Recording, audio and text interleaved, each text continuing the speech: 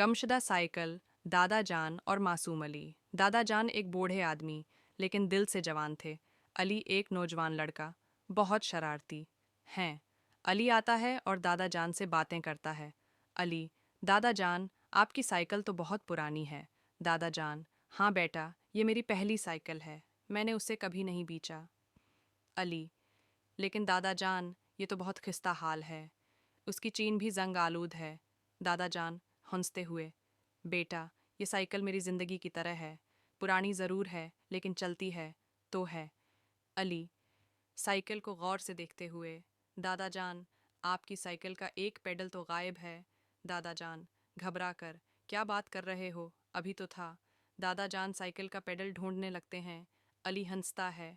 अली, दादा जान, आप तो भूल गए होंगे, आपका पेडल तो कब से गायब है।